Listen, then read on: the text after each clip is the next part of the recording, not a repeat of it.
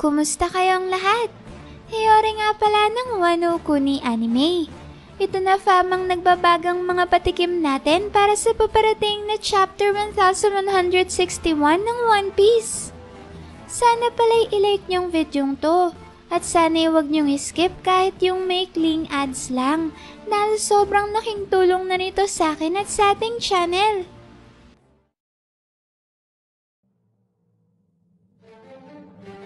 Ang chapter na to fam ay pinamagatang A Poem of Love Bound Amid the Rain of Arrows. At dito ay nagpapatuloy ang pagsisimula ng makasaysayang God Valley Incident kung saan kasalukuyan nang ang nagaganap ang matinding salpukan ng pinagsamang perso ng Holy Knights at Marines laban sa pinakamalalakas na pirate cruise ng Old Era.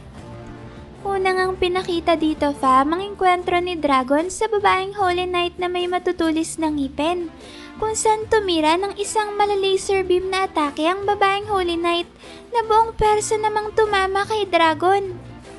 Munti ka na talagang matuluyan si Dragon sa tagpong ito fam, pero mabuti na lang at bago pa nga makapagpakawala ng panibagong atake ang nasabing Holy Knight, ay doon naman saktong pumasok sa eksena si Whitebeard. Dito ay mabilis na pinatumba ni Whitebeard ang babaeng Holy Knight sa pamamagitan ng isang atake lang. Makikita pa nga natin dito fam na madali lang nahati ni Whitebeard ang buong katawan ng Holy Knight. Subalit katulad nga ng nasaksihan natin sa Elbaf tungkol sa kakayahan ng mga Holy Knights, ay hindi talaga totoong natalo ang babaeng Holy Knight na to. Dahil na nga rin siguro sa kakayahan nito na makapag-regenerate kagaya ni Saint Summers. Dahil naman fam sa napakagandang timing ng pagdating ni Whitebeard ay nagawa ng makatakas ni Dragon. Yun nga lang ay sa pagkakataong ito ay tanging si Shanks na lang ang kanyang daladala dahil si Shamrock ay nagawang matangay ng babaeng Holy Knight na inatake ni Whitebeard. At pagkatapos nga niyan fam ay mabilis na rin itong tumakbo papalayo upang tumakas. Nakakatawa talaga ang eksenang yan fam dahil pagkatapos ngang atakihin ng babaeng Holy Knight si Dragon kanina ay hindi sinasadyang mahulog ang kambal sa lupa kung saan makikita natin na naunang bumagsak ang ulo ni Shanks.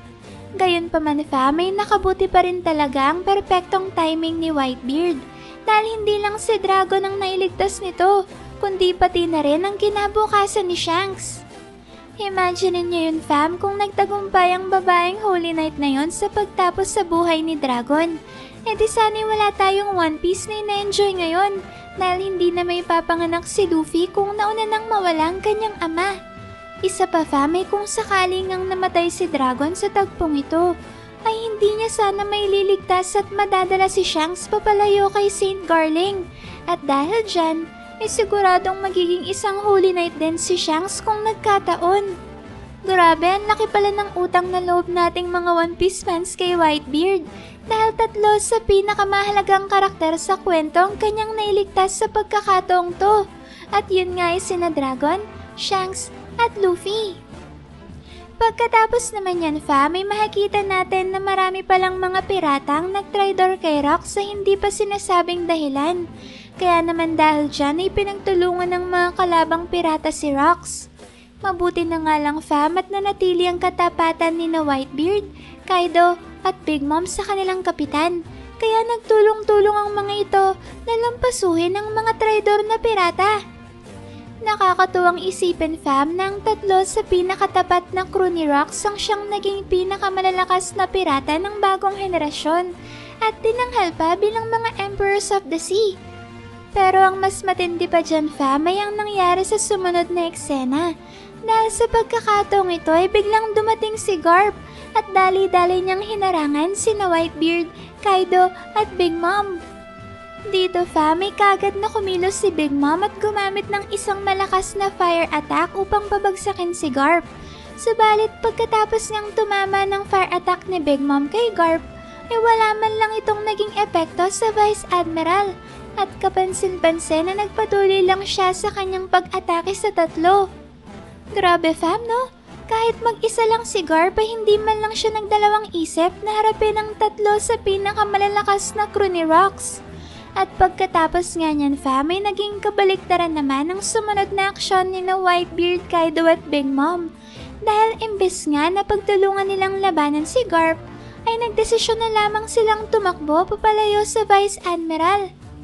Sinabi dito na nagmamadali raw kasi ang tatlo, kaya wala na raw silang oras na humarap sa isang malakas na kalaban. Grabe fam, isipin nyo yun? Ang tatlong future Emperors of the Sea ay mas piniling tumakbo sa laban imbes na direktang kumprontahin si Garp. Not to mention na tatlo pa silang magtutulungan, habang si Garp naman ay mag-isa lang. Nakakatuwa tuloy isipin na ibang-iba talaga ang lahi na kinabibilangan ni Luffy. Dahil ang lolo niya pala mismo ang may tuturing na Fleet Admiral Akainu ng Old Era na nare-respeto at kinatatakutan kahit pa ng mga pinakamalalakas na mga pirata. Para tuloy lumalabas fam na malaki ang pagkakapareho ng eksenang ito ng pagtakbo ni na Whitebeard, Kaido at Big Mom papalayo kay Garp. Sa tagpong ito ng pagkuripas ng Blackbeard Pirates papalayo kay Fleet Admiral Akainu. Ang eksenang yan fam ay naganap sa loob ng 2 taong time skip kung saan hinuli ng Blackbeard Pirates ang crew ni Bonnie upang gamitin ito sa kanilang pakikipagnegosasyon sa mga Marines. Pinaplano kasi dito ni Blackbeard na isuko sa mga Marines ang crew ni Bonnie kapalit ng isang battleship na kanila namang gagamitin upang makaalis sa isang hindi pinangalanang isla sa New World na nasusunog ng mga panahong yun.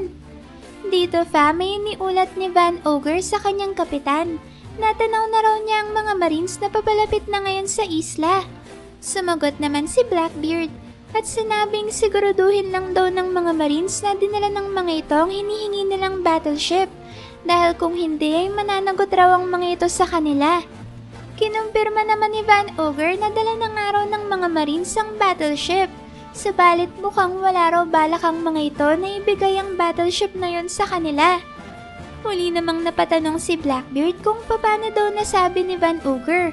Sumagot naman ulit si Van Ogre at sinabing kasalukuyan raw kasing nakasakay sa battleship na yon si Fleet Admiral Akainu. At katulad nga fam ng naging reaksyon ni na Whitebeard, Kaido at Big Mom sa enkwentro nila kay Garp, ay ganun din nga ang naging reaksyon ng buong Blackbeard Pirates. Kung saan wala ngang kung ano-ano ay kagat na tumalikod ang mga ito papalayo sa direksyon ng paparating na battleship na sinasakyan ni Akainu at mabilis na nagsitakbuhan papalabas ng nasabing isla. Dito fam ay sinabihan ni Blackbeard ang kanyang crew na kailangan nilang tumakas dahil hindi pa raw nila kayang makaharap ang isang kalaban na katulad ni Fleet Admiral Akainu. Nasabi pa nga dito ni Blackbeard na mukhang malaki raw ang nagawa nilang pagkakamali sa kanilang plano dahil hindi nila naisip na may involved dito ang Fleet Admiral ng Marines. O diba fam? Hindi ba't halos ganito rin ang nangyari kina Whitebeard, Kaido at Big Mom? Dahil kahit nga pwedeng pagtulungan ng buong Blackbeard Pirates si Akainu, ay mas pinili pa rin nilang tumakas na lang dahil siguradong hindi sila nito papaalisin ng buhay. Nakakatuwa tuloy isipin na kung hindi sana pinigilan ni Sengoku si Garp sa naganap na malaking digmaan sa Marineford, ay natuloy sanang pagharap nila ni Akainu.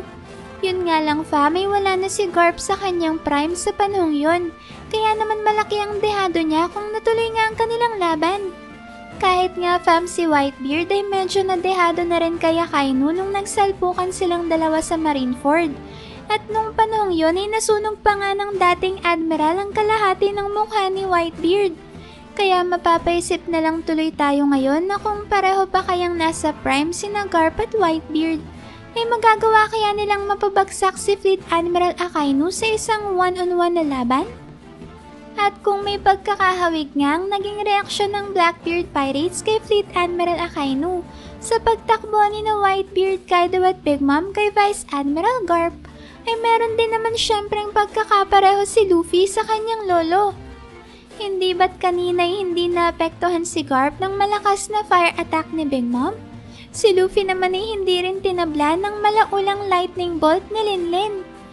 Katunayan nga fam ay hindi pa makapaniwala si Big Mom kung paano hindi man lang naapektuhan si Luffy ng kanyang napakalakas na atake. Gayong mabilis lang nitong napabagsak ang mga kapwa niya supernova na sina Zoro, Law, wicked at killer. At ang mas malupit pa nga dyan fam ay hindi lang atake ni Big Mom ang tinangke ni Luffy. Dahil kahit na ang signature finishing move ni Kaido na Borrow Breath ay walang kahirap-hirap na buong persang sinalo ni Straw Hat ng mukaan. Katulad nga ni Big Mom ay hindi rin makapaniwala si Kaido at dito ay napatanong na lang ito kung bakit kaya kahit ang kanyang apoy ay walang talab sa bagitong pirata. Matapang naman ang naging sagot ni Luffy at sinabing tapang ng loob lang raw ang kanyang ginamit upang baliwalain ang sobrang lakas na atake ng strongest creature. Grabe fam no?